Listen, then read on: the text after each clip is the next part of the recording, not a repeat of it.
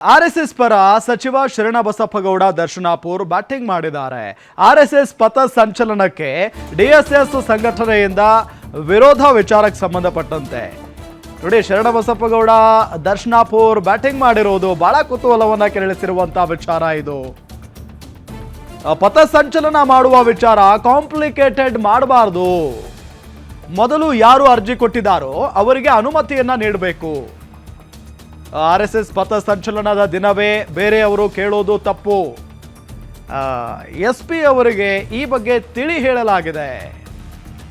ಮನವೊಲಿಕೆ ಮಾಡಿ ಪಥ ಸಂಚಲನ ಬೇರೆ ದಿನ ಮಾಡಲಿ.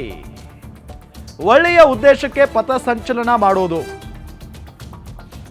ಯಾರೇ ಮಾಡಲಿ ಸಂಘರ್ಷ ಮಾಡ್ಕೊಳ್ಬಾರ್ದು ಅನ್ನೋ ನಿಟ್ಟಿನಲ್ಲಿ ದರ್ಶನಾಪುರ್ ಅವರು ಮಾತನಾಡಿದ್ದಾರೆ. ಯಾದಗಿರಿಯಲ್ಲಿ ಸಚಿವ ಶರಣಬಸಪ್ಪಗೌಡ ದರ್ಶನಾಪುರ್ ಹೇಳಿಕೆಯನ್ನ ಕೊಟ್ಟಿದ್ದಾರೆ. ಸೊ ಇಲ್ಲಿ ಇಂಟ್ರೆಸ್ಟಿಂಗ್ ಅಂದ್ರೆ ಆರ್ಎಸ್ಎಸ್ ಪರವಾಗಿ ದರ್ಶನಾಪುರ್ ಅವರು ಬ್ಯಾಟಿಂಗ್ ಮಾಡಿರೋದು.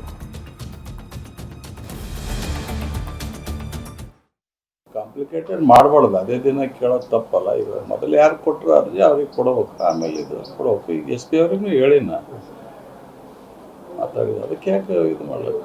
ಒಂದೊಂದು ಕಡೆ ಒಂದೊಂದು ಇಶ್ಯೂ ಬೇರೆ ಇರ್ತಾವ. ನಮ್ಮಲ್ಲಿ ಎಲ್ಲ ಕಡೆ ನಮ್ಮ ಜಿಲ್ಲೆದಾಗ ಏನು ಸಮಸ್ಯೆ ಆಗಿಲ್ಲ. ಇವತ್ತಾದ್ರೂ ಎಸ್ ಪಿಗೆ ಹೇಳೀನಿ, ಫಸ್ಟ್ ಯಾರು ಅರ್ಜಿ ಬಂದಿರ್ತಾರೋ ಅವ್ರಿಗೆ ಕೊಡ್ರಿ, ಆಮೇಲೆ ಕೊಡ್ರಿ.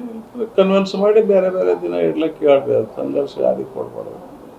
ಯಾಕಂದ್ರೆ ಇವು ಯಾವ ಕೂಡ ಒಂದು ಒಳ್ಳೆ ಉದ್ದೇಶಕ್ಕೆ ಮಾಡೋ ಇರ್ತಾವ. ಅದಕ್ಕೆ ನಾವು ಇದು ಸಂಘರ್ಷಕ್ಕೆ ಒಯ್ತಕ್ಕಂಥ ನಿಟ್ಟಿನಲ್ಲಿ ಒಬ್ರೊಬ್ರು ಇದು ಮುದ್ದೆ ಆಗೋದು ತಪ್ಪಲ್ಲ. ಅದು ಯಾರೇ ಮಾಡಲಿ, ನಾವೇ ಮಾಡಲಿ ಬೇರೆ ಮಾಡಲಿ ತಪ್ಪು, ಆ ರೀತಿ ಆಗ್ಬಾರ್ದು. ಅಷ್ಟೇ ಕೇಳಿ, ಅವ್ರು ಕೇಳಿ ಜಿಲ್ಲಾಡಳಿತ ಅದಕ್ಕೆ ಅವ್ರಿಗೆ ಕೊಟ್ಟರೆ ಇವ್ರಿಗೆ ಕೊಡಬೇಕಲ್ಲ.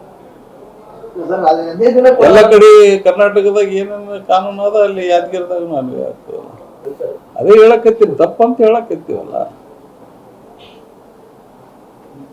ಒಳ್ಳೆ ಉದ್ದೇಶಕ್ಕೆ ಕೇಳೋದು ಬೇರೆ, ಬೇರೆ ದುರುದ್ದೇಶಕ್ಕೆ ಕೇಳೋದು ಬೇರೆ. ಅದಕ್ಕೆ ಕನ್ವಿನ್ಸ್ ಮಾಡಿ ಬೇರೆ ಬೇರೆ ದಿನ ಇಲ್ಲ ಬೇರೆ ಅವತ್ತೇ ಕೇಳಿದ್ರೆ ಟೈಮಿಂಗ್ ಬೇರೆ ಮಾಡಿ ಕೊಡ್ರು ಅಂತ ಹೇಳಿ. ಮೊದಲು ಯಾರು ಕೇಳಿದ್ರೆ ಅವ್ರಿಗೆ ಪ್ರಿಫರೆನ್ಸ್ ಕೊಡಲಿ, ಆಮೇಲೆ ಕೇಳಿದ್ರೆ ಆಮೇಲೆ ಕೊಡಲಿ.